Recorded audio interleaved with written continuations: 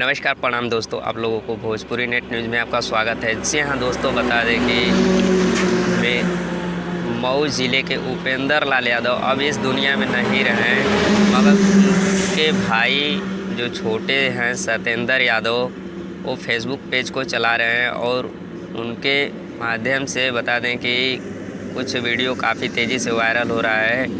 और जो तनु सिंह हैं, उनकी वाइफ हैं, तो फाइनली आप लोग उनको ज़्यादा से ज़्यादा सपोर्ट करिए और उनके परिवार में भी सपोर्ट करिए।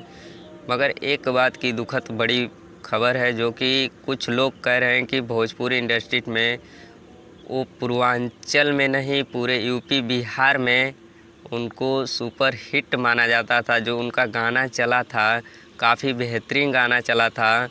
और आप लोग इस गाने को ज़्यादा से ज़्यादा शेयर करिएगा। जो कि अब इस दुनिया में नहीं रहे हो, मगर उनका नाम ज़रूर होगा। बाय बाय टाटा जो सॉन्ग आया था, काफ़ी तेज़ी, बहुत ही अच्छा लगा सुनकर।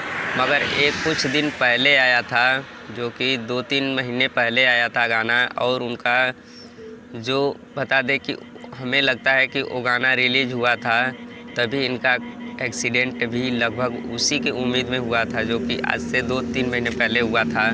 और फाइनली आप लोगों को बता दें कि उनके परिवार में स्थिति बहुत ही कमज़ोर है।